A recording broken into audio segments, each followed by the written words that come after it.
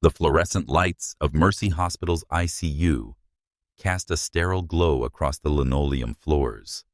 Their hum, a constant companion to the rhythmic beeping of monitors.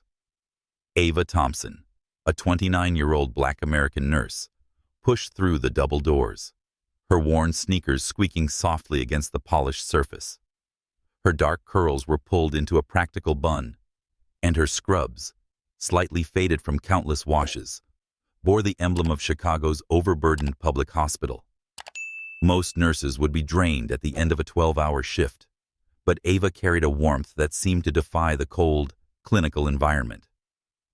Her colleagues often said she could make even the ICU feel like home, a skill honed growing up in Inglewood, where she learned to find light in the toughest corners of the city. It was 11:47 p.m., and the night shift was in full swing. Ava adjusted her stethoscope and glanced at the clipboard in her hand. Room 312 was next. She paused at the door, taking a deep breath before stepping inside. The room was dim, lit only by the soft glow of machines and a sliver of moonlight slipping through the blinds. In the center of it all lay Ethan Caldwell, a 35-year-old white American tech mogul whose name had once dominated Chicago's business headlines. 3 years ago, a car accident on Lakeshore Drive had silenced his larger-than-life presence, leaving him motionless, his once powerful frame now dependent on tubes and monitors. The city's tabloids had called him a tech titan and Chicago's most eligible bachelor, known for his ruthless ambition and fleeting romances. Now, he was a mystery, his story reduced to whispered speculation among the hospital staff. Ava approached his bedside with practiced ease, her movements gentle but efficient.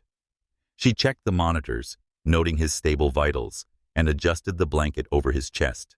"Evening, Ethan," she said, her voice carrying the warm cadence of her South Side roots. "Ready for another story? I swear, you're the best listener in this place." She smiled, unaware that Ethan, trapped by locked-in syndrome, clearly heard every word. His body was a prison, but his mind was sharp, alive, and clinging to her voice like a lifeline in the darkness. Ethan's world had once been one of glass towers and late-night deals in the Loop. Before the accident, he'd built a software empire, his apps revolutionizing how Chicagoans navigated their city. But his success came at a cost. He'd been driven by ambition, his relationships shallow, his penthouse parties filled with people who wanted his wealth, not his heart. Now, lying in room 312, he was invisible, a ghost in his body. Yet Ava's presence changed that. Her stories, her childhood in Inglewood, her struggles to pay rent in a city that often overlooked her community, her dreams of opening a health clinic for underserved families, gave him something to hold on to. She spoke to him not as a patient, but as a person. And in doing so, she was rewriting his understanding of connection.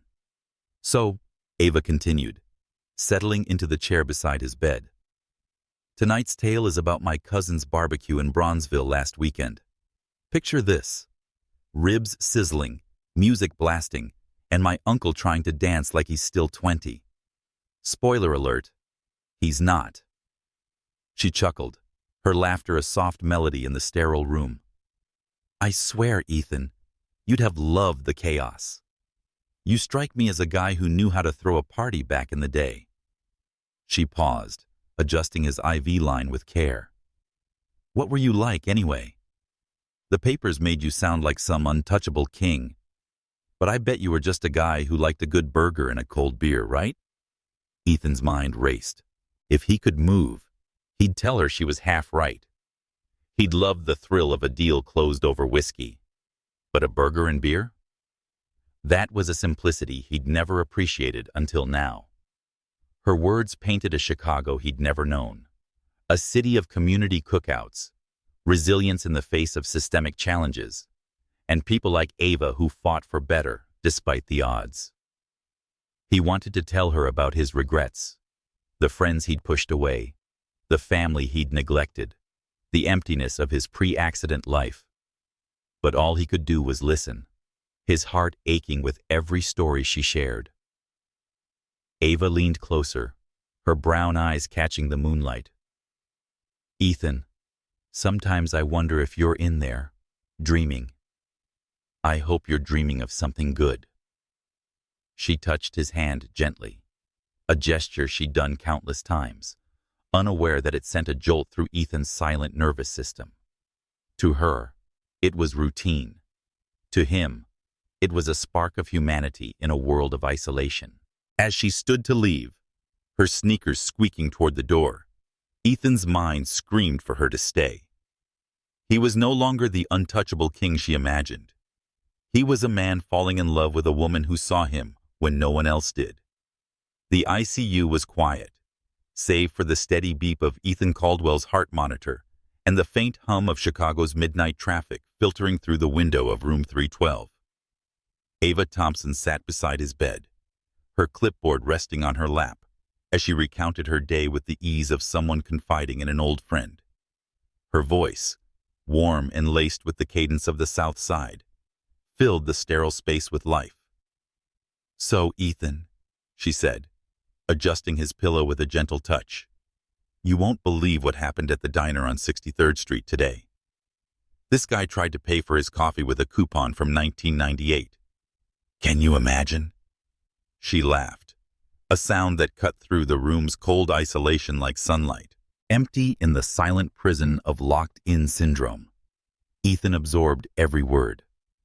His body lay still, but his mind was a whirlwind of memories and emotions stirred by Ava's stories.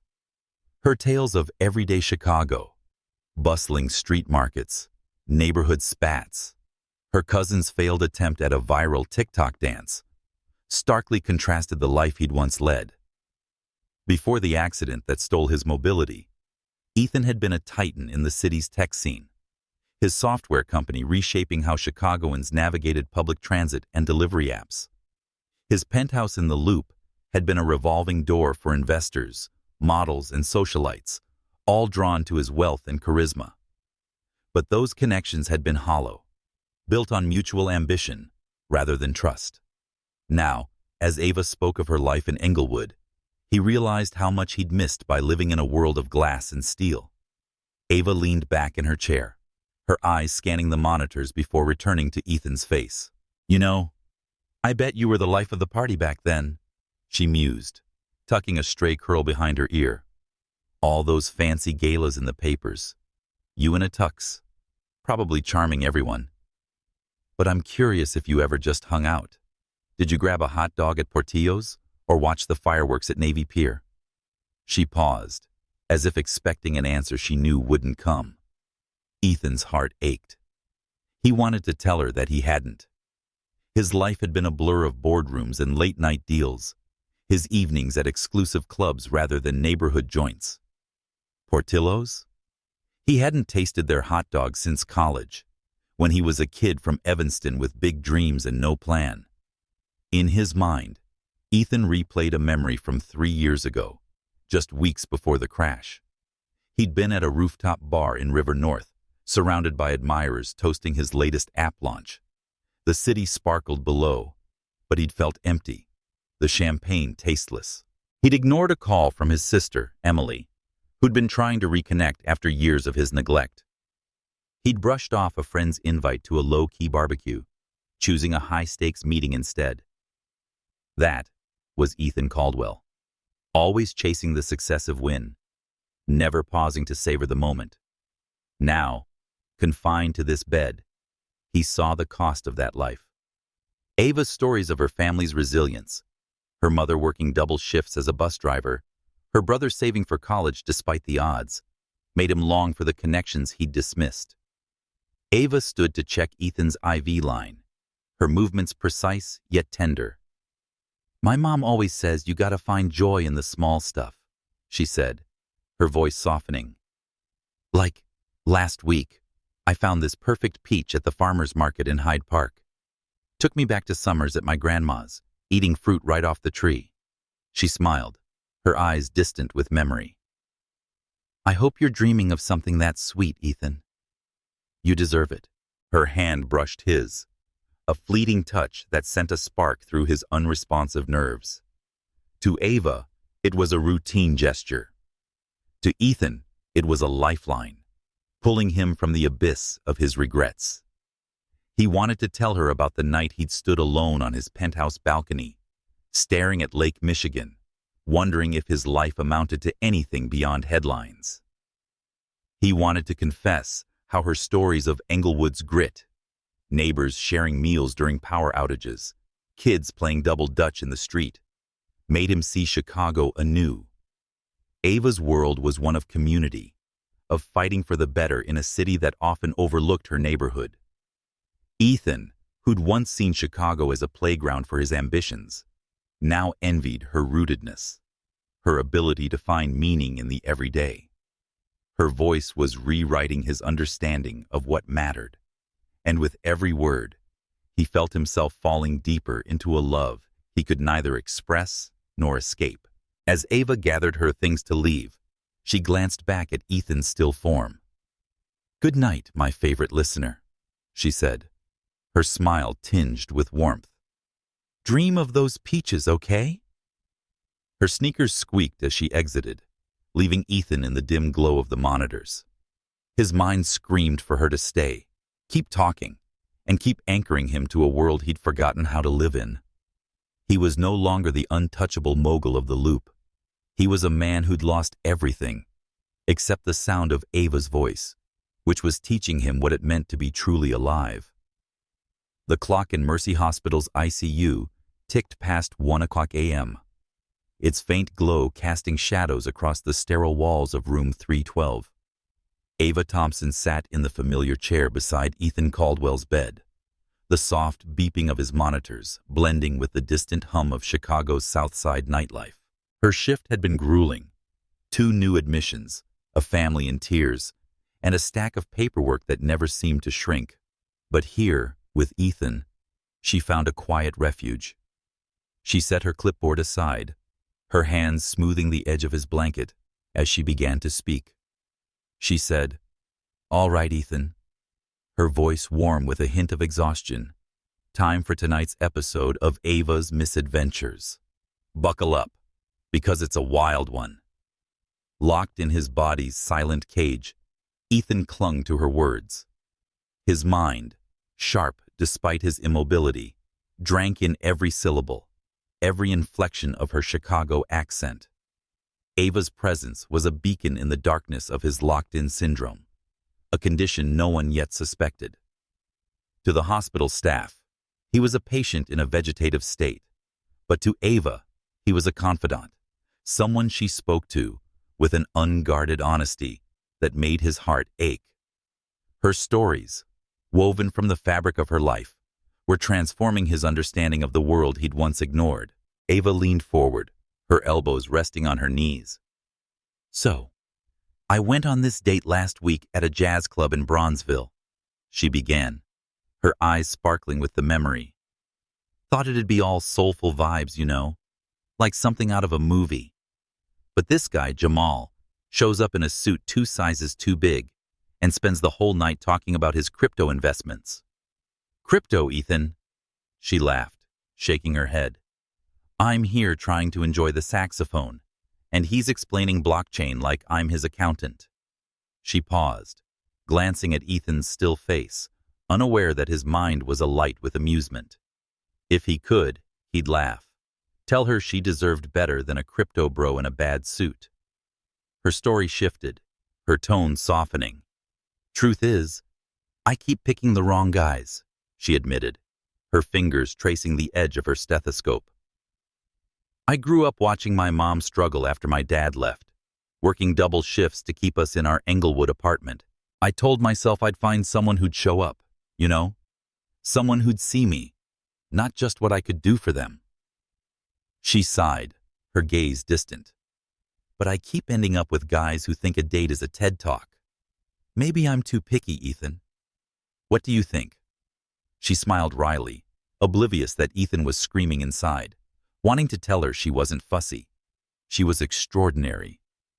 Ethan's memories flickered to his past, starkly contrasting with Ava's grounded world. He'd dated models and influencers, women who flocked to his loop penthouse for the glamour, not the man beneath it. Those relationships had been transactions, fleeting and empty. Ava's vulnerability and willingness to share her fears with someone he thought couldn't hear were a gift he hadn't known he needed. Her stories painted a Chicago he'd never truly seen. Block parties where neighbors shared plates of jerk chicken, kids dodging sprinklers on hot summer days, churches filled with gospel choirs that lifted spirits despite the city's inequities. Her life was rooted in community and resilience, making him long to be part of something real. Ava stood to check Ethan's monitors, and her movements were fluid from years of practice. She said, "You're probably tired of my whining," adjusting his IV gently. "But you're the best listener, Ethan. Never interrupt, never judge. I hope I return the favor." Her hand brushed his, a fleeting gesture that sent a jolt through his silent nervous system. To her, it was routine. To him, it was a spark of connection, a reminder that he was still human. He wanted to tell her about his failures, not just in love, but in life. How he'd pushed away his sister, Emily, who'd begged him to slow down. How he'd traded friendships for headlines. Ava's openness taught him what he'd lost, and what he might still find. She sat back down, pulling out her phone to show Ethan a photo, a habit she'd developed over months. "Look at this," she said, holding up a picture of her niece at a Chatham playground, swinging high with a grin. "That's Tiana. She's 6 and already bossing everyone around. Reminds me of me at that age, running wild in Englewood." She chuckled, then softened. "I want to open a clinic someday, Ethan. Kids like Tiana can get care somewhere without their parents breaking the bank. Chicago's tough on families like mine." Her voice held a quiet determination, a fire forged in her community's struggles. Ethan's mind raced. He wanted to tell her she'd make that clinic happen, that her passion could move mountains. He wanted to confess how her stories made him see his wealth differently, not as a tool for power, but for purpose. He'd give anything to fund her dream, to be part of the world she was building. But all he could do was listen, his body betraying him as Ava's voice wove a tapestry of hope and regret. As she stood to leave, she touched his hand once more. "Sleep well, Ethan," she said, her smile soft. "Dream of something as sweet as Tiana's laugh." Her sneakers faded down the hall, and Ethan was left in the dark, his heart full of a love he could only express in silence. The ICU at Mercy Hospital buzzed with the quiet intensity of a late-night shift, the fluorescent lights casting long shadows across the sterile corridors. In room 312, Ava Thompson sat beside Ethan Caldwell's bed, her voice a soft thread weaving through the steady beep of monitors. She was midway through a story about a chaotic family picnic in Washington Park, her laughter tinged with exhaustion. She said, "Picture my brother trying to grill while chasing his dog, Ethan, adjusting his pillow with care. Complete disaster, but the ribs were still firing." Her Chicago accent warmed the room, starkly contrasting the clinical chill. Unbeknownst to her, Ethan, trapped by locked-in syndrome, absorbed every word, and his mind alighted with gratitude for her presence. Across the hall, Dr. Michael Langston, a neurologist new to Mercy, sat hunched over a computer in his cramped office. His desk was cluttered with patient files, a half-empty coffee cup from a South Loop cafe, and a photo of his family from their West Side home. Langston, driven by a hunger to prove himself in a field where he'd faced skepticism as a black doctor, had taken on the hospital's most complex cases. Ethan's file had caught his attention weeks ago. The tech mogul, 3 years into a supposed vegetative state, showed brain scans with unusual activity, spikes in regions associated with awareness, inconsistent with a coma. Langston's gut told him something was off, and he was determined to dig deeper tonight. He pulled up Ethan's chart, his eyes scanning months of data. Subtle anomalies stood out. Slight fluctuations in breathing patterns during night shifts, particularly when Ava was on duty. Langston had noticed Ava during his first week at Mercy. Her ability to bring humanity to the ICU was impossible to ignore. He'd grown to respect her, and their brief chats during shift changes highlighted his long hours. But now, his focus was on Ethan. He cross-referenced the data with staff schedules, and a pattern emerged. The anomalies aligned with Ava's presence. "This can't be a coincidence," he murmured, scribbling notes. His journey, from a West Side kid navigating systemic barriers to a neurologist challenging medical assumptions, fueled his determination to unravel Ethan's mystery. Langston slipped into room 312, clipboard in hand, as Ava finished her story. "So, Ethan, next time I'm bringing you some of those ribs." "Virtually, of course," she teased, standing to check his IV. She glanced up, startled to see Langston. "Oh, Doctor. Langston, I didn't hear you come in. Everything okay?" Her brow furrowed, sensing his intensity. Langston nodded, his expression professional but urgent. "Ava, I need to run a test on Ethan. Can you stay for a moment?" She nodded, curious, as he approached the bed. "Hello, Mr. Caldwell," Langston said, his voice clear. "I'm Dr. Langston, your new neurologist. If you can hear me, I want you to think about something that makes you happy." He watched the EEG monitor closely, his heart racing as a distinct spike appeared in Ethan's frontal cortex. Ava's voice, lingering in the room, seemed to trigger it. Langston's mind raced. He'd read about locked-in syndrome, where patients were fully conscious but unable to move. It was rare, often misdiagnosed, but the signs were there. He turned to Ava, his voice steady despite the weight of his discovery. "Ava, I think Ethan might be aware. Locked-in syndrome. He could be hearing everything." Ava's hand froze on the IV line, her breath catching. "What?" she whispered, her eyes darting to Ethan's still face. "You mean he's been listening? All this time?"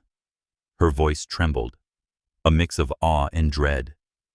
She thought of the nights she'd poured out her heart, her dating disasters, her fears of failure, her dreams of a clinic in Englewood, the intimacy she'd shared, believing it was one-sided, now felt exposed. Ethan, in his silent prison, felt a surge of emotion. He wanted to comfort her, to tell her her words had saved him, but his body remained a traitor. A faint twitch in his finger went unnoticed, a desperate attempt to reach her. Langston gestured to the EEG. "See these patterns? They're consistent with conscious thought. I've seen it in his scans for weeks, especially when you're here." Ava's face paled, her mind replaying every vulnerable moment she'd shared. "She said I've been talking to him for years," her voice barely audible. "About everything. My life, my mistakes. If he heard me..." She trailed off, her hands trembling. Langston placed a reassuring hand on her shoulder. "Ava, if he's aware, your voice has been his lifeline. But we need to confirm this. I'm ordering more tests tomorrow." Ava nodded, her gaze fixed on Ethan. "I need a minute," she said, stepping toward the door, her sneakers silent now, as if the weight of the revelation had stilled even her usual rhythm. Outside, the Chicago skyline glittered, indifferent to her turmoil. Ethan's mind screamed for her to stay, to know that her stories had given him purpose, that her humanity had kept him sane. Langston watched her leave, then turned back to Ethan. "If you're in there, we'll find you," he promised, his voice firm with the resolve of a man who'd fought too hard to let a patient be overlooked. As the door closed, Ethan's world darkened, but a spark of hope flickered. He was no longer invisible. and Ava's voice might soon know the man it had saved. The chill of Chicago's early morning air bit at Ava Thompson's skin as she stood in Mercy Hospital's parking lot, the city's skyline a jagged silhouette against the dawn. Her phone buzzed in her pocket, and there was a text from Nia, her best friend and a social worker who'd grown up with her in Englewood. "Rough night? Call me." Ava stared at the screen, her fingers hovering, unable to articulate the bombshell Dr. Langston had dropped hours earlier. Ethan Caldwell, the patient she'd confided in for 3 years, might be fully conscious, hearing every word she'd spoken. Her heart raced, a mix of mortification and disbelief. She'd shared her deepest fears, dating disasters, her dreams of a community clinic, all under the assumption that Ethan was a silent void, not a man listening in silence. Inside room 312, Ethan lay trapped in the prison of his locked-in syndrome, his mind reeling from the night's events. Dr. Langston's tests had confirmed his awareness, a flicker of hope after years of isolation. But Ava's absence now, her usual warmth replaced by an empty chair, filled him with dread. He'd heard her confess her insecurities, hopes, and Englewood roots, stories that had anchored him to life. Her voice had been his salvation, but now he feared it had cost her peace. A faint twitch in his finger, a desperate attempt to signal his gratitude, went unnoticed in the dim light of the ICU. Ava leaned against her beat-up sedan, the hospital's brick facade looming behind her. She thought of the nights she'd sat by Ethan's bed, spilling her heart because it felt safe. She'd told him about the time she cried after a breakup, humiliated by a man who ghosted her after a date at a Hyde Park cafe. She'd admitted her fear of failing her mother, who'd sacrificed everything to get Ava through nursing school. She'd even shared her silly fantasy of a love who'd show up for her, not just for a night, but for good.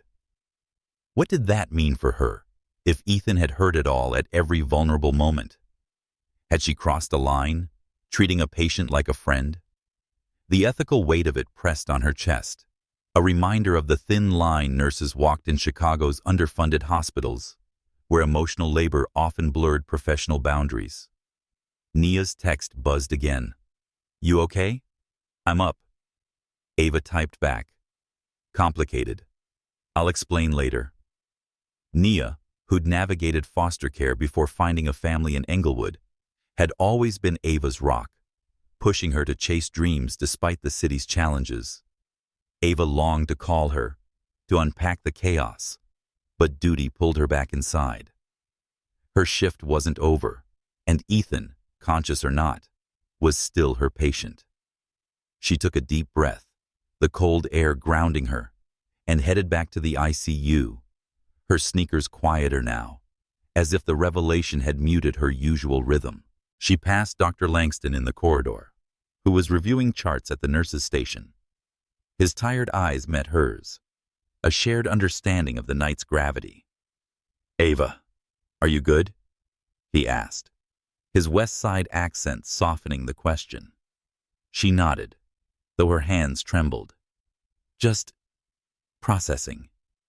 If he's been listening, what does that make me? Unprofessional? Naive?" Langston shook his head, his voice firm. "You treated him like a person, Ava.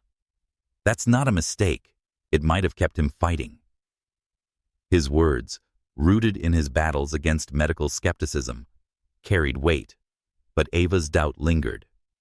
She'd bared her soul to a man who could hear her, and the intimacy of that felt like a violation of her privacy, of hospital ethics. She avoided room 312 for most of her shift, busying herself with other patients, but guilt gnawed at her. Ethan deserved better than her avoidance. Steeling herself, she entered his room, the familiar beep of monitors greeting her. His face was unchanged, but she searched his eyes for signs of awareness she'd missed before. "Ethan," she said softly, her voice shaky. "Dr. Langston thinks you can hear me. If that's true, I'm sorry. I never meant to overshare. I thought I was helping, keeping you company." She paused, her throat tight. "I hope I didn't make you uncomfortable." Ethan's mind screamed to respond, to tell her she'd been his lifeline, not a burden. His finger twitched again, a deliberate movement, but Ava's eyes were on the floor, missing it. He wanted to confess that her stories, of block parties in Englewood, of her niece Tiana's laughter, of her dream to serve her community, had given him purpose. He'd been a man who'd chased headlines, not hearts, but Ava had shown him what it meant to live with intention. Her apology felt like a loss, a sign she might pull away, and the thought of losing her voice was unbearable. Langston appeared in the doorway, his presence steady. "Ava, we're setting up an EEG tomorrow to confirm. If he's aware, we'll need to rethink his care." Ava nodded, her gaze returning to Ethan. "If you can hear me," she whispered, "I'm still here. I need to figure out what this means." She touched his hand, a gesture now heavy with uncertainty. Ethan's finger twitched again, stronger this time, a silent plea for her to stay. As Ava stepped out, the Chicago dawn breaking outside, Ethan clung to the hope that she'd keep talking, that her voice would bridge the gap between his silence and the life he longed to reclaim. The ICU at Mercy Hospital was bathed in the soft glow of dawn, Chicago's skyline barely visible through the fog outside room 312. Ava Thompson stood at Ethan Caldwell's bedside, her hands clasped tightly, her usual confidence replaced by a nervous energy. Dr. Michael Langston's revelation that Ethan might have locked-in syndrome, fully conscious behind his motionless exterior, had upended her world. She'd shared her life's highs and lows for 3 years with him, believing he couldn't hear. Now, the possibility that he'd absorbed every word of her Englewood dreams, dating mishaps, and fears left her raw. Yet duty, and something more profound, kept her here, searching his still face for signs of the man trapped within. Dr. Langston entered, his lab coat slightly rumpled from a sleepless night, his West Side grit evident in his determined stride. He carried an EEG monitor and a clipboard, his eyes bright with purpose. "Ava, we're starting with a simple communication test," he said, setting up the equipment. "If Ethan's aware, he might be able to signal with eye blinks, 1 for yes, 2 for no." Ava nodded, her throat tight. Langston's drive, forged in a childhood of overcoming Chicago's systemic barriers, mirrored her resilience, and she trusted his instinct. He leaned toward Ethan, his voice clear. "Mr. Caldwell, if you can hear me, blink once." Ethan's mind raced, a storm of hope and frustration. Ava's voice had been his anchor for 3 years, her stories of Southside block parties, her niece Tiana's antics, her dream of a community clinic. Now, he had a chance to respond, to bridge the gap between his silent world and hers. He focused every ounce of will on his left eyelid, a task that felt like lifting a mountain. Slowly, deliberately, it fluttered closed and opened. Ava gasped, her hand flying to her mouth. "He did it," she whispered, her eyes locked on Ethan's. Langston nodded, marking the chart. "Let's try again. Ethan, are you comfortable?" 1 blink for yes. Another single blink, firmer this time. Ava's heart pounded, a mix of awe and unease. "Ethan," she said softly, stepping closer, "can you hear me?" 1 blink, his gaze intense, almost pleading. She felt a jolt, as if seeing him for the first time, not as a patient, but as a man who'd been listening, feeling, all along. She admitted, "I don't know what to say," her voice trembling. Langston glanced at her, his expression gentle. "You've been talking to him for years, Ava. Keep doing it. It's what's kept him here." His words, rooted in his fight to be seen in medicine, carried a quiet conviction. Langston refined the tests over the next 2 weeks, confirming Ethan's locked-in syndrome. The medical timeline became clearer. Ethan had been aware for at least 2 years, his consciousness likely emerging months after the accident. By late spring, a communication device arrived, a screen that tracked eye movements to form words. Langston calibrated it, his hands steady despite the stakes. "All right, Ethan," he said. "Look at the green square to activate it." Ethan's eyes moved deliberately, and a robotic voice filled the room. "Ava, thank you." The words were slow and mechanical, but to Ava, they were a miracle, a voice from the silence she'd filled for so long. Tears streamed down her cheeks as she sank into the chair beside him. "I can hear you," she whispered, her voice breaking. "You're really in there." Ethan's eyes tracked to the screen, his response painstaking. "Your voice saved me." Ava laughed through her tears, overwhelmed. "I was rambling, Ethan, about bad dates and burnt ribs." His following words took longer. "Not rambling, real. Made me want to live." She clutched his hand, the gesture now electric with meaning. She thought of the nights she'd shared her fears of failing her community, her hope for a clinic to serve Chicago's underserved. He'd heard it all, and it had mattered. Langston watched, his clipboard forgotten. "This is a game changer," he said, his voice tinged with pride. "We'll need to adjust his care plan, rehabilitation, maybe even physical therapy, if his motor pathways are intact." Ava nodded, but her mind was on Ethan, on the man behind the blinks. "What's it been like?" she asked, her voice soft. "Being stuck?" Ethan's response was slow, deliberate, and dark. "Lonely. Your stories were light." She swallowed hard, grappling with the weight of his words.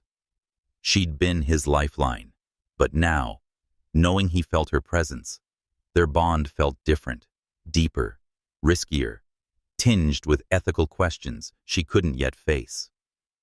Later, as Ava walked through Pilsen's vibrant streets to clear her head, murals and taco stands stood around her, and she called Nia. "He's been hearing me, Nia," she said, her voice raw. "Everything I said." Nia, who'd fought battles in Chicago's foster system, listened intently. "You gave him something to hold on to, Ava. That's not a mistake. It's a gift." Ava wanted to believe her, but the intimacy of their connection, now mutual, felt like a line crossed in a city where nurses like her balanced compassion with protocol. Back in room 312, Ethan lay in the quiet, his mind alive with hope. Ava's tears, voice, and touch were proof he could still reach the world, and he'd fight to keep her close, no matter the cost. The fluorescent lights of Mercy Hospital's conference room buzzed faintly, starkly contrasting the vibrant chaos of Chicago's summer streets outside. Ava Thompson sat at the polished table, her hands clasped to hide their trembling. Across from her, Ethan Caldwell's communication device rested on a stand, its screen glowing as his eyes moved deliberately to form words. Dr. Michael Langston stood nearby, his West Side resolve evident in his steady posture, while Sarah Chen, the hospital's legal counsel, flipped through a stack of papers. The air was heavy with the weight of a personal and professional decision that could reshape Ava and Ethan's future. 3 months had passed since Ethan's locked-in syndrome was confirmed, his communication progressing from blinks to a sophisticated eye-tracking device. Though slow and robotic, his words revealed a sharp mind and a growing affection for Ava. Once one-sided, their late-night talks in room 312 now crackled with mutual connection. Stories of Ava's Englewood roots, mingling with Ethan's regrets about his pre-accident life. But their bond, undeniable and electric, was now under scrutiny. Mercy's budget crisis, a common plight in Chicago's public hospitals, threatened Ava's night shift position, and Ethan's offer to fund her role had sparked ethical concerns. Sarah Chen, a pragmatic lawyer passionate about healthcare equity, cleared her throat. "Ms. Thompson, Mr. Caldwell, we're here to address the implications of your relationship," she said, her voice measured. "Mr. Caldwell's proposal to privately fund your position raises questions of favoritism and professional boundaries." Her eyes, sharp but empathetic, reflected her history of navigating Chicago's legal system to advocate for underserved communities. Ava's stomach churned. She'd never intended for her care to cross lines. But Ethan's authentic voice had changed everything. Ethan's device activated, his words deliberate. "Ava's care saved me. I want to ensure her job." Ava glanced at him, his eyes intense despite his still form. She thought of their recent talks, his confession of a lonely life in the loop, her dreams of a clinic to serve families like hers. Their connection felt right, but Chen's words echoed the ethical tightrope nurses walked in a city where resources were scarce. "Ethan," Ava said softly, "you can't just pay to keep me here. It's not that simple." Chen nodded. "Exactly. Hospital protocols and union rules prevent us from accepting targeted funding for specific staff. It's about fairness." Langston stepped in, his voice calm but firm. "From a medical perspective, Ethan needs continuity. Disrupting his care now, when he's regaining communication, could set him back. He'd seen too many patients overlooked in Chicago's strained system, and his fight to validate Ethan's case was personal. Ava's presence has measurable effects. His EEG shows increased activity when she's here." Chen raised an eyebrow. "That's the issue, Dr. Langston. Their emotional connection compromises objectivity. We've observed interactions, hand-holding, personal disclosures that go beyond professional care." Ava's cheeks burned. She thought of the night she'd admitted her fear of never being enough. Ethan's device responding, "You are everything." That moment, raw and honest, now felt like a liability. She said, "I never meant to cross a line," her voice steady despite her turmoil. "I care about Ethan's recovery, but I know my role as his nurse has to come first." Ethan's screen lit up. "Not just a nurse. You saw me when I was invisible." The words hung in the air, a testament to their bond and a challenge to the room's sterile logic. Chen shuffled her papers, her tone softening. "We're not questioning your care, Ava, but we need a solution that upholds ethics." She proposed a compromise. Reassign Ava to the rehabilitation department, where she'd work under supervision with multiple patients, including Ethan. "It maintains continuity while addressing boundaries," she said. Ava hesitated, picturing her Englewood neighbors who relied on her income. A transfer could mean a pay cut, a risk in a city where stability was hard-won. But it also offered a path to grow, to learn skills that could fuel her clinic dream. Langston leaned forward. "Ava, you've got a gift for connecting with patients. Rehab training could take you further, maybe even toward that clinic you've discussed." His encouragement, rooted in his climb from the west side to a doctor, hit home. Ethan's device spoke again. "Want Ava to thrive. Support her training." Ava met his gaze, torn between gratitude and fear. His wealth could solve problems she'd fought her whole life, but it also complicated their bond, raising questions of power and dependency. Was she his nurse, his friend, or something more? Chicago's healthcare system, stretched thin, didn't make such distinctions easy. As the meeting ended, Ava walked to the hospital's rooftop garden, a rare oasis in the urban sprawl. Lake Michigan shimmered in the distance, a reminder of the city's beauty and divides. She called Nia, who answered with her usual warmth. Spill, Ava. What's got you twisted? Ava recounted the meeting, her voice raw. He's offering to pay for my job, Nia. But it feels wrong. Like I'm losing control. Nia, who'd navigated power imbalances in foster care, replied, You're not losing control. You're choosing what comes next. You've given him hope. Now figure out what you need. Ava nodded, the city's hum grounding her. Back in room 312, Ethan waited, his mind racing. He'd do anything to keep Ava near, but her strength, her refusal to be defined by his wealth, was why he loved her. Their crossroads was clear, love or duty, and neither could choose alone.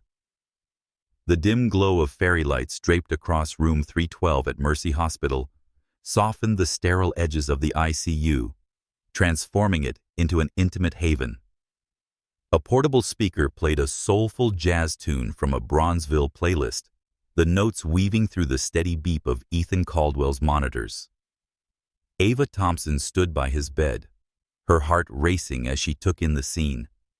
A small table held a vase of white roses, and Ethan, dressed in a tailored shirt instead of a hospital gown, looked almost like the man from the magazine covers she'd once glimpsed. 6 months had passed since his locked-in syndrome was confirmed, and his progress, slight finger movements, fluent use of an eye-tracking communication device, had fueled hope. But tonight, something felt different, charged with possibility. Michael Langston had hinted at a surprise, his West Side pragmatism giving way to a rare grin when he'd asked Ava to stay late.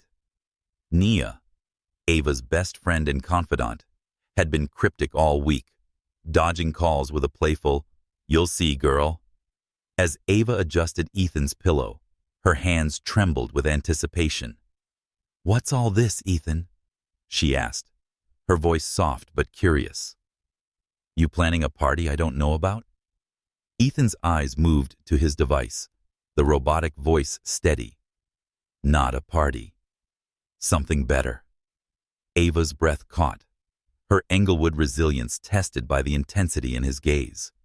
Ethan's mind was a whirlwind of nerves and determination. Ava's stories, her dreams of a community clinic, her laughter over Southside barbecues, her quiet confessions of loneliness, had been his lifeline for 3 years. Now, able to communicate, he wanted to give her the future she deserved. His fingers, regaining slight control after months of therapy, clutched a velvet box, a ring chosen with Nia's help during a late-night video call. Nia, who'd navigated Chicago's foster system, had vetted the diamond for its understated elegance, perfect for Ava's practical heart. Ethan's wealth, once a tool for fleeting pleasures, now felt like a means to build something lasting. "Ava Thompson," his device intoned, each word deliberate. "I cannot kneel, cannot hold your hand like I want, but I can love you forever. Marry me?" He strained to lift the box, his fingers trembling with effort. Ava's eyes widened, tears spilling as she sank into the chair beside him. "Ethan," she whispered, her voice breaking. "You beautiful, impossible man." She took the box, her hands shaking, and opened it to reveal a solitaire diamond, sparkling under the fairy lights. "Yes," she said, laughing through her sobs. "Of course, yes." Standing in the doorway, Langston cleared his throat, his grin wide. "Told you she'd say yes," he said, his voice warm with the camaraderie he'd built with Ava over months of shared purpose. But Sarah Chen, the hospital's legal counsel, lingered nearby, her presence a reminder of the ethical tightrope they walked. Chen, whose advocacy for healthcare equity had shaped her career, had approved the moment but insisted on oversight. "This is beautiful," she said, her tone professional yet kind. "But we need to address your care arrangement, Ava. Your engagement changes things." Ava nodded, her joy tempered by reality. In Chicago's underfunded hospitals, personal and professional lines were scrutinized, especially when a patient's wealth could sway decisions. Ethan's device activated again. Want to fund a consciousness disorder center? For Ava's job, for others like me. Ava's heart swelled, but unease crept in. His wealth, a stark contrast to her Englewood roots, could secure her future, but it also raised dependency questions. "Ethan, we can't let your money fix everything," she said, her voice firm. "I need to earn my place, not have it bought." Chen nodded. "We could reassign you to rehabilitation training, Ava. You'd work with Ethan and others, under supervision, maintaining ethics." Langston added, "It's a chance to grow, Ava. You could lead that clinic someday." Ava thought of her mother, who'd worked double shifts to support her dreams, and Nia, who'd fought for stability in a city that often withheld it. The transfer offered a path forward, professional growth, a chance to help Ethan without crossing lines. "Okay," she said, meeting Ethan's gaze. "But we do this right. No shortcuts." Ethan's response was swift. "No shortcuts, just us." His eyes, bright with love, conveyed what his body couldn't. A promise to build a life together, not just for them, but for a community that needed hope. Ava slipped the ring onto her finger as the jazz tune faded, its weight grounding her in Chicago's relentless pulse. Outside, the city hummed. Taxis on Michigan Avenue, families in Hyde Park, dreams forged in the face of hardship. Nia burst in, her laughter echoing. "You said yes! I knew it!" She hugged Ava, her foster care resilience shining through. "I helped pick that ring, you know." Ava laughed, pulling her close. Ethan watched, his mind alight with gratitude. Ava's acceptance wasn't just a vow. It was a leap of faith that could redefine their future and countless others in a city where love and struggle were inseparable. The sterile hum of Mercy Hospital's ICU was drowned out by the wail of an ambulance siren echoing through Chicago's South Side, a reminder of the city's relentless pulse. Inside room 312, Ava Thompson stood frozen, her engagement ring glinting under the fluorescent lights as she stared at Ethan Caldwell's monitors. 9 months had passed since his locked-in syndrome was confirmed, and his progress, slight finger movements, fluent use of an eye-tracking communication device, had fueled their shared dreams of a future together. But now, a sudden regression had shattered that hope. Once trembling with purpose, Ethan's fingers lay still, and his device responses were labored, each word a struggle. Ava's heart sank, her Englewood grit tested by the fear in Ethan's eyes. Dr. Michael Langston stood beside her, his West Side resolve shadowed by concern, as he studied Ethan's latest brain scans with Dr. Priya Patel, a neurologist whose precision matched her compassion. Langston said his motor functions had regressed overnight, and his voice was low. No finger movement, and his eye tracking is sluggish. The scans show no new trauma, but recovery isn't always linear. Patel nodded, her tablet glowing with data. It could be temporary, a plateau, not a permanent loss. Ava clutched Ethan's hand, her touch gentle but desperate. "Could we have pushed too hard?" "The therapy?" she asked, her voice tight. 9 months of progress, blinks to words, twitches to grasps, had felt like a miracle, but now it seemed fragile. Ethan's mind churned with frustration and fear.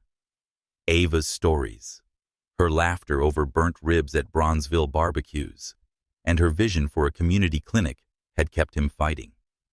Her acceptance of his proposal, sealed with a ring chosen with Nia's help, had given him purpose beyond his pre-accident life of empty headlines. But now, his body betrayed him again, threatening the future they dared to imagine. His device flickered, the robotic voice halting. "Scared and failing you." Ava's eyes welled up, but she shook her head fiercely. You're not failing, Ethan. Bodies heal on their own time. We'll figure this out.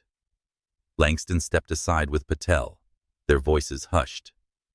We need to adjust his therapy, Patel said. Focus on communication, not motor skills, until we understand this setback.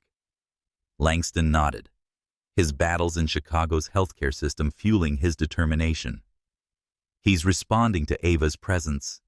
EEG spikes when she speaks. That's a good sign. Ava overheard, her mind racing. Their bond, once a private refuge, was now a medical factor, complicating her role. Sarah Chen, the hospital's legal counsel, had warned about ethical boundaries, and her advocacy for equity was a constant reminder of Ava's scrutiny as Ethan's fiancée and nurse. Ava sat beside Ethan, her voice steady despite her turmoil.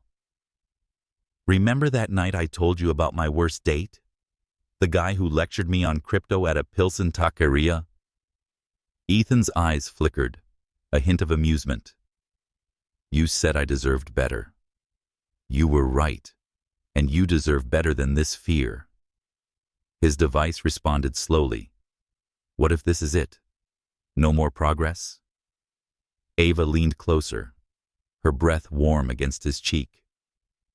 Then we build with this. You, me, our love. It's enough. Her words echoed her mother's lessons from Englewood. Resilience wasn't about perfection, but persistence. Chen entered, her presence grounding yet firm. Ava, Ethan, we need to discuss your care plan. The setback complicates things, especially with the engagement. Her commitment to fair healthcare practices made her cautious about Ethan's wealth influencing Ava's role. Ava's transfer to rehabilitation is approved, but will need strict supervision to maintain professionalism. Ava nodded, her mind on the clinic she dreamed of, inspired by Chicago's underserved communities. She said, I want to help Ethan, but I need to do it right. Ethan's device lit up. Support Ava's training for her future. His selflessness, even in crisis, made her heart ache. Later, Ava walked to the hospital's rooftop garden, the Chicago skyline shimmering under a summer moon. She called Nia, who answered with her usual fire. Talk to me, Ava. What's happening? Ava recounted the setback, her voice raw. He's losing ground, Nia. And I'm scared I'm too attached to be his nurse. Nia, shaped by her foster care struggles, replied, You love him. That's not a flaw. It's a strength. You're choosing him, not just caring for him. Ava exhaled, the city's hum grounding her. Nia's words echoed her resolve, forged in Englewood's tough streets, to face challenges head-on. In room 312, Ava took Ethan's hand, her ring catching the light. We're not giving up, she said, her voice firm. You taught me to choose my path, not just survive. We'll select this one together. Ethan's device responded, Love you. Always. His eyes, bright despite his limitations, held a promise that transcended his body's betrayal. The setback was a storm, but their bond, rooted in Chicago's resilience, was unshakable. As the city pulsed outside, Ava knew they'd face this uncertainty as partners, their love a beacon against the darkness. The late summer sun cast a golden glow over Chicago's south side, filtering through the windows of a community center in Englewood. Ava Thompson sat on a folding chair, her engagement ring catching the light, as she watched Ethan Caldwell navigate his eye-tracking communication device. A year had passed since his locked-in syndrome diagnosis, and though his recent motor regression had stalled physical progress, his determination shone through. His slow but precise words filled the room. Riley, tell us about your art. Across from them, Riley, a 13-year-old girl with a traumatic brain injury, grinned, her tablet displaying a vibrant digital painting of a Chicago skyline at dusk. Riley's accident, a car crash that claimed her parents, had left her with limited hand mobility, but her spirit was unbroken. Ava's best friend and Riley's social worker, Nia, arranged this meeting. Her foster care experience made her a fierce advocate for kids like Riley. "She's been in 3 homes since the crash," Nia had told Ava, her voice heavy with the weight of Chicago's overburdened system. Families couldn't handle her medical needs. Shaped by Englewood's resilience, Ava felt a pull toward Riley, whose wit and creativity mirrored her defiance of hardship. Ethan, too, saw himself in her struggle, his silent years a testament to the power of hope. Ava leaned forward, her voice warm. "That skyline's incredible, Riley. How'd you get the colors so vivid?" Riley's eyes sparkled, her speech slightly slurred but confident. "I mess with the tablet's filters. Takes forever with one hand, but I make it work." Ethan's device responded, "Like me with this screen, slow but worth it." Riley laughed, a sound that filled the room with lightness. Ava glanced at Ethan, their shared look acknowledging a connection deeper than words. Their engagement, sealed amid hospital protocols and ethical scrutiny, had strengthened their resolve to build a life that mattered, not just for them, but for others. Nia, her braids catching the sunlight, sat beside Riley, her presence grounding. "Riley's been teaching herself digital art at the center," she said, with pride in her voice. "She's got a knack for it, just like you've got for nursing, Ava." Nia's journey through foster care, navigating Chicago's challenges to become a social worker, made her a bridge between Ava's dreams and Riley's potential. Ava smiled, thinking of her niece Tiana, whose playground antics Riley's energy echoed. "You remind me of someone I know," Ava said to Riley. "My niece loves to boss everyone around. Ever been to a Chatham playground?" Riley grinned. "Yeah, I'd rule those swings." Ethan's device activated. "Ava and I want to help you. Be your family." The room stilled, Riley's eyes widening. Ava's heart raced, the weight of their decision settling in. Adopting a teenager with medical needs was daunting. Riley required therapy, specialized equipment, and patience in a city where resources were stretched thin. Sarah Chen, the hospital's legal counsel, had cautioned about ethical complexities, especially with Ethan's wealth funding their future.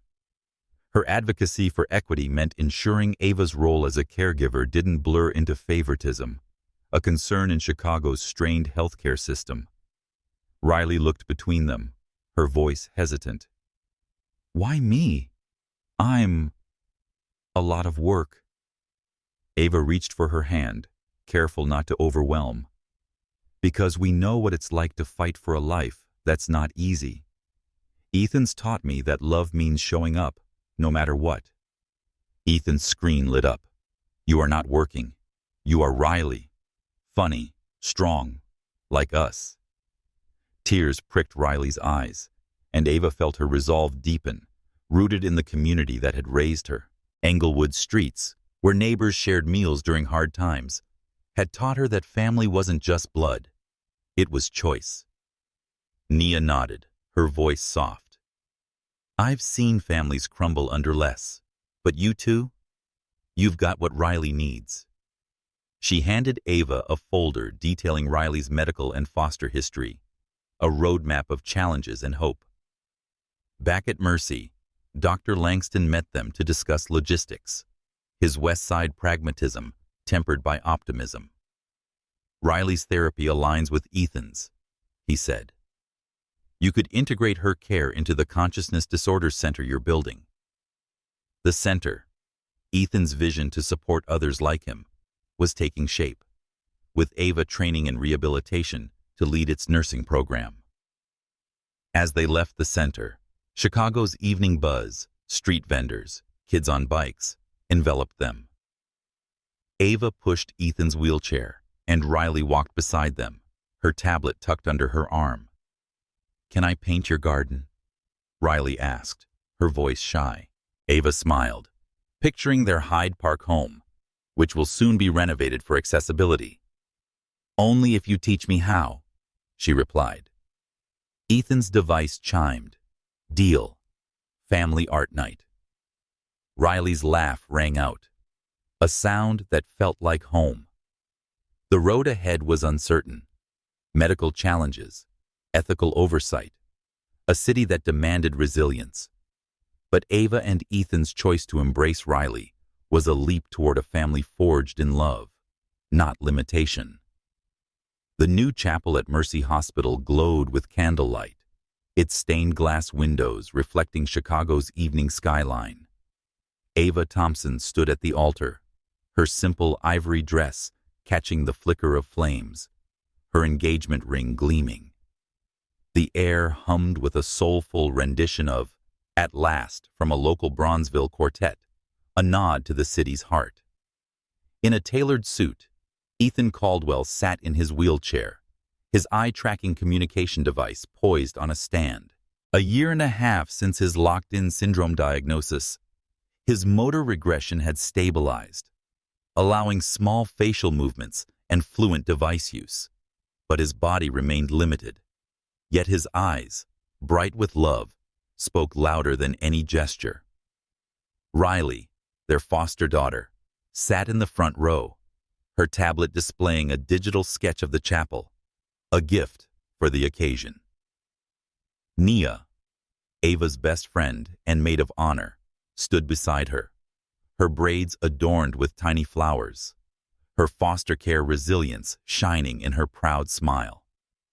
The small gathering, family, a few nurses, Dr. Michael Langston, felt intimate.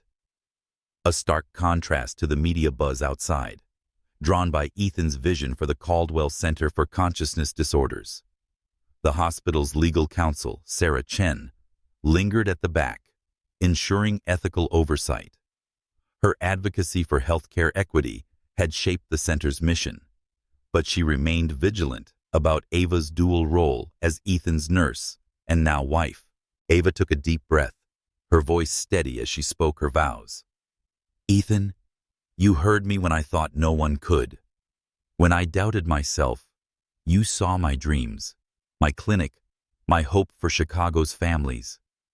I choose you, not just for today, but for every challenge, every victory." Her Englewood roots, where love meant showing up through hardship, anchored her words. Ethan's device responded, slow but profound. "Ava, you gave me light in my darkest silence. You are my home, my purpose. I vow to build our life and family with every breath I have." Tracing her face, his eyes held a warmth that transcended his limitations. Riley wiped a tear, her sketch glowing on her tablet. Nia squeezed her shoulder, whispering, "There's something special, huh?" Riley nodded, her journey through Chicago's foster system mirrored in the family forming before her. Standing as Ethan's witness, Langston grinned, his West Side grit softened by the moment. He'd fought to keep Ethan's care consistent, knowing the center's research could change lives. The officiant, a local pastor, pronounced them married, and Ava leaned down to kiss Ethan, their lips meeting softly, imperfectly, perfectly. The quartet's music swelled, filling the chapel with joy. Outside, Chicago's pulse thrummed. Streetlights on Michigan Avenue, vendors in Pilsen, families in Hyde Park. The media, eager for a story about the tech mogul's recovery, pressed for access. But Chen ensured privacy, citing hospital ethics. Ava and Ethan had chosen a hospital wedding to honor their journey, not to perform for headlines. Their honeymoon, a week in an accessible cabin on Lake Michigan's shores, was a quiet escape, planned with Nia's help. "You need this," Nia had said, her foster care pragmatism guiding her. "Just you two, no cameras." Ava had hugged her, grateful for a friend who understood the city's relentless demands. As the reception began in the chapel's adjacent hall, Riley showed Ava her sketch, a vibrant mix of candlelight and Chicago's skyline. "For you and Ethan," she said, her voice shy but proud. Ava's eyes welled up. "It's beautiful, Riley. You're part of this, you know." Ethan's device chimed. "Our family. You make it complete." Riley blushed, her tablet a shield for her emotions.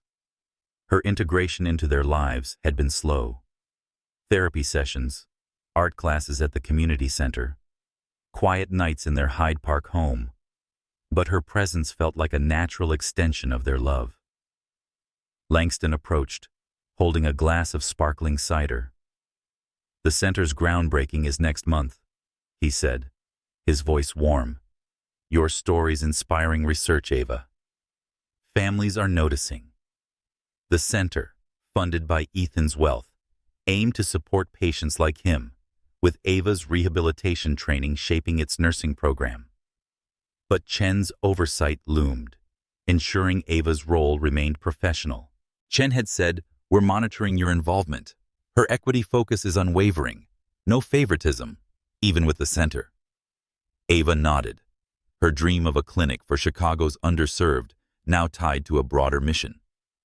As the quartet played a slow jam, Ava wheeled Ethan to the hall's center, their hands entwined. "We're dancing," she whispered, swaying gently. Ethan's device replied, "Always dancing with you."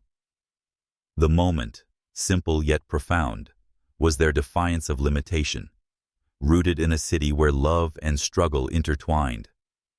Nia, watching with Riley, raised a glass. "To family," she toasted, her voice carrying the weight of her journey. Ava smiled, her heart full. Their union, forged in silence and hope, was a promise, not just to each other, but to a future where no one felt invisible. The International Conference on Consciousness Disorders Auditorium in Chicago buzzed with anticipation, its stage bathed in soft light. Her wedding ring glinting under the spotlights, Dr. Ava Caldwell stood before a packed crowd, her voice steady but warm. 5 years had passed since Ethan Caldwell's locked-in syndrome diagnosis, and though his motor regression had limited him to small facial movements and an advanced eye-tracking device, his presence in the accessibility section radiated pride. Their daughter, Riley, now 18, sat in the front row, her tablet displaying a digital portrait of their family, a vibrant testament to love without limits. Ava's keynote began, her words carrying the weight of their journey. 5 years ago, I thought love meant perfection. Family meant fitting a mold. Recovery meant returning to what was, she said, her Englewood resilience shining through. I was wrong. Love is showing up. Family chooses each other, and recovery builds something new.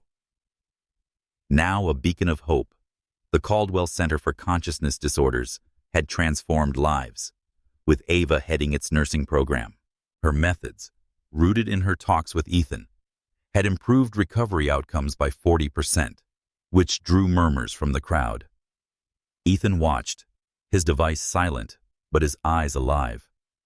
His progress, though modest, slight head tilts, a firmer grip, paled beside the purpose he'd found. The center, funded by his wealth, was expanding to Seattle, its mission shaped by Chicago's healthcare struggles. Riley, adopted 3 years ago, was their heart. Her digital art, showcased in the center's campaigns, told stories of resilience, much like the Southside community that had shaped Ava. Naya, Ava's best friend and Riley's former social worker, stood nearby, her foster care grit evident in her proud smile. She'd helped navigate Riley's adoption, ensuring their family thrived despite medical and bureaucratic challenges. Ava's speech turned personal. I met my husband silently, talking to a man I thought couldn't hear. His courage taught me that love transcends limitation. She glanced at Ethan, their shared look a vow renewed. Riley's tablet glowed with her latest work, a mural of Chicago's skyline, blending Englewood's grit with the Loop's gleam. Our daughter, Riley, showed us that family isn't defined by ease, but by choice, Ava continued. Riley, whose brain injury still limited her mobility, had flourished, her art classes at a Pilsen Community Center fueling her dream of graphic design. Dr. Michael Langston, now the center's research director, sat among the audience, his West Side tenacity reflected in his notes for a new study. He'd fought to validate Ethan's case, and now his work helped countless others.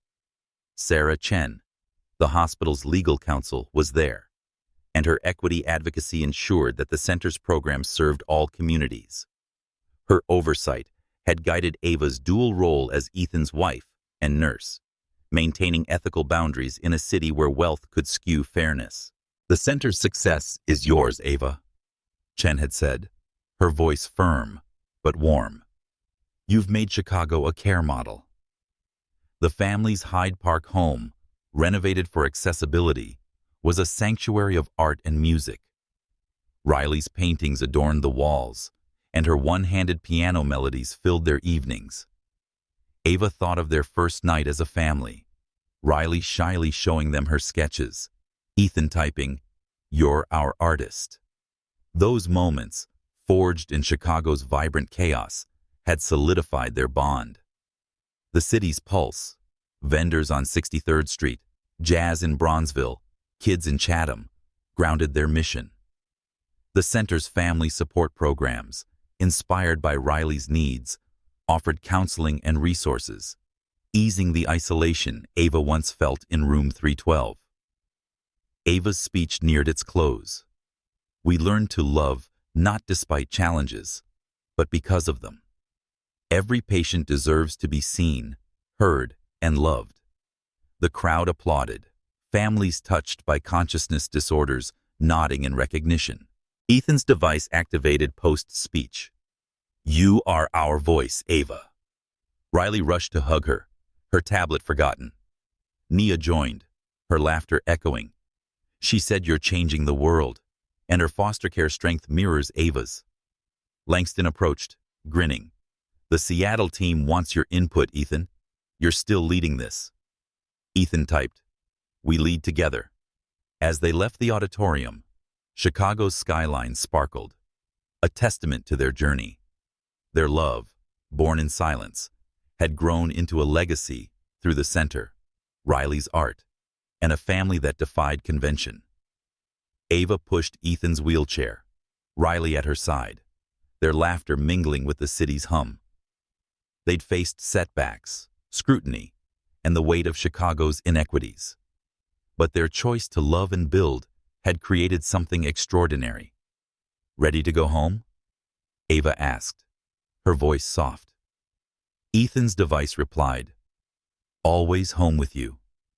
Their story, etched in resilience and hope, was a beacon for a city and a world that needed it.